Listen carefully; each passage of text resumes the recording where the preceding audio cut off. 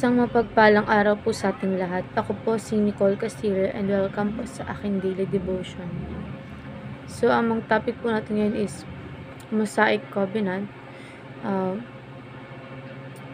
ibig sabihin po nato is, it is the covenant that God made with the people of Israel through Moses at Mount Sinai after their deliverance from Egypt. It is conditional covenant, meaning it is a blessing where dependent on Israel's obedience to God's law. So, ayon po sa Exodus chapter 24 verse 7 to 8, then he took the book of the covenant and read it to the people. They responded, "We will do everything to the Lord has said.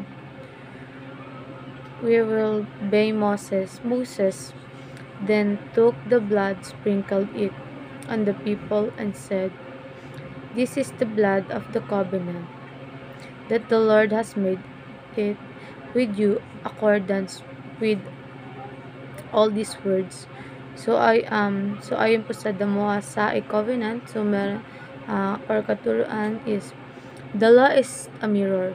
So, ang kautusan ng ibinigay ng Diyos or ni Moses, ang binigay kay Moses ay salamin. Ibig sabihin, ang kautusan ay nagpapahayag ng kabanalan ng Diyos.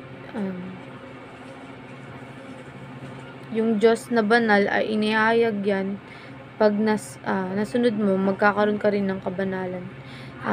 Nagiging banal ka pag sinunod mo ang kabanalan ng ating Panginoong Diyos. So, maraming kautusan, salamin siya. Nakikita mo ang sarili mo kung gumawa ka ng mabuti. Nakikita mo kung sumusunod ka sa kautusan ng Diyos. So, next is, the law restrains evil. So, yung batas, binigay siya ng Diyos para sugpuin yung kasamaan ng tao. So, binigay ang batas o kautusan para sa mga taong walang kinikilalang batas, kriminal, makasalanan, at hindi kumikilala sa Diyos.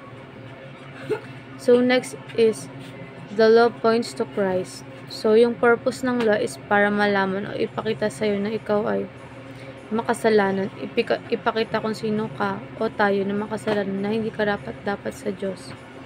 Yung purpose ng batas na yun ay itulak tayo pabalik sa ating Panginoong Diyos. So, ay naman sa ating application, do not judge others because we are all equal. So, wag tayong maghusga ng ibang tao. Di porket nakagawa sila ng kasalanan is i-judge na natin sila.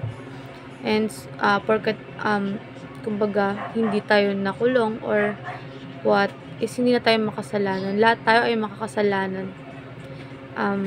May iba kasi mabilis sila mang-judge, lalo na sa mga nakakulong, is akala nila masamang tao na talaga. So, next is abandon your old self, discover your new self. So, iwan na natin yung dating tayo. Kumbaga, i-discover na natin yung bagong ating sarili. Kumbaga, yung mga ginagawa nating kasalanan is iwan na natin yun. Kumbaga, umiwas na tayo sa mga maling gawain. So, next is run to Jesus for forgiveness and covering. So, tumakbo tayo papunta kay Jesus para sa kapatawaran at kaligtasan. So, manghingi tayo ng tawad sa ating Panginoon sa lahat ng ating mga nagawa, and manghingi rin tayo ng kaligtasan sa Kanya. And ayan lamang po, maraming salamat.